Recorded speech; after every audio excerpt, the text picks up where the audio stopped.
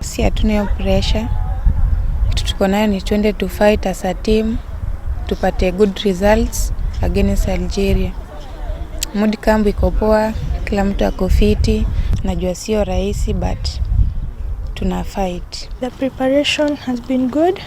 We have rectified our mistakes where we went wrong from the previous match. It has been good because it's a good platform to expose our talents, and there are many scouts out there, and we know, God willing, we shall get clubs, good clubs.